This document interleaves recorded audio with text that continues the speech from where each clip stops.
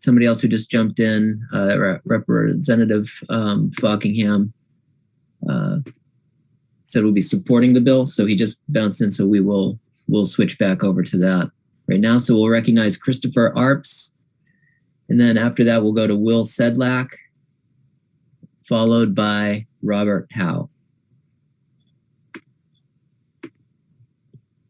So Mr. Arps, if you can hear us, you can get started. And I will turn it over to Chairman Chiazzo, and I'm gonna try to fix my internet real quick.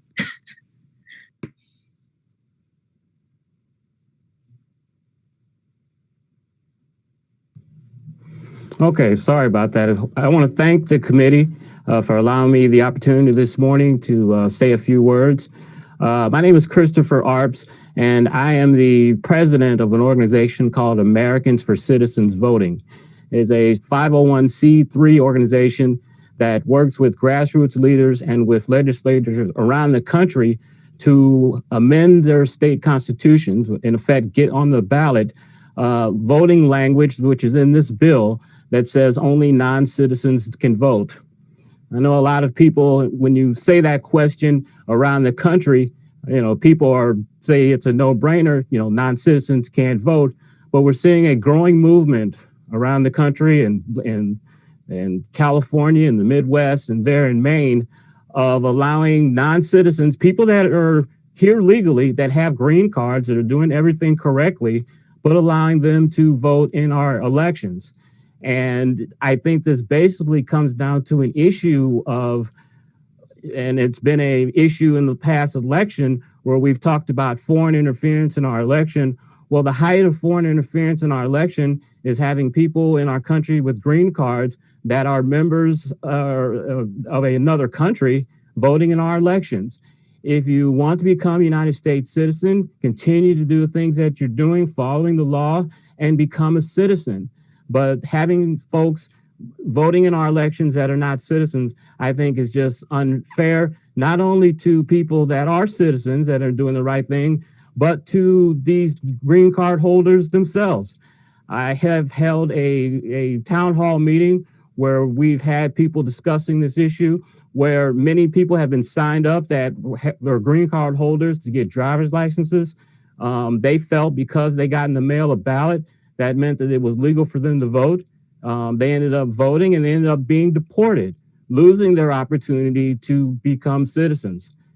I think it's not about division. I think what division currently is happening in our country is people are suspect of our elections. In a lot of these other jurisdictions, people with green cards are getting driver's licenses. They're getting ballots to vote, and it's just bringing a lot of hesitancy in trusting the elections. And I think in a democracy, a republic, that's the most important thing, is that people have trust in our elections so that we don't see things that happened on January 6th, an insurrection, which I certainly don't condone.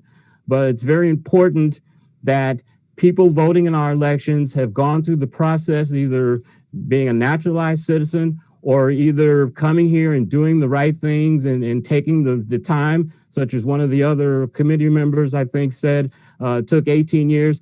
That's what it takes to be a citizen. That's what it takes to be a citizen. Voting is a precious right, and I don't think it should be given to people that have not made the decision to become a United States citizen. I strongly support American citizens voting, strongly supports the passage of this bill. And I want to thank the committee for allowing me to speak. Thank you, Mr. Arps. Representative Tuttle. Yes, sir. I had a comment now. Your organization, are they from Maine or are you outside? No, we are outside. We worked in 2020 to get this ballot language, and it passed with pretty good numbers in Colorado and Alabama and in Florida. So we're a national organization, but we are doing some work there in Maine to try to make this bill be successful. So what state are you a citizen of? I'm a citizen of Missouri, St. Louis. Thank you.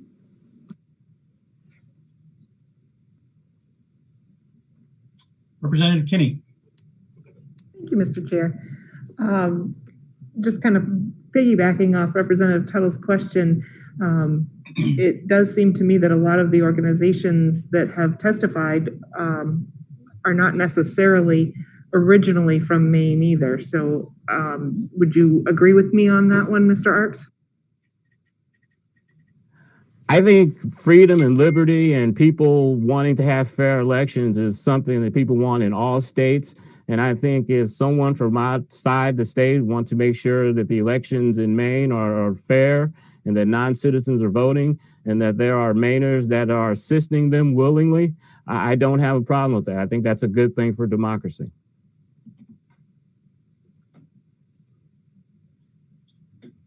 Follow-up, Representative Kennedy? Yes, thank you, Mr. Chair. It's interesting. Democracy's been thrown around an awful lot in this committee lately. And I'm just wondering if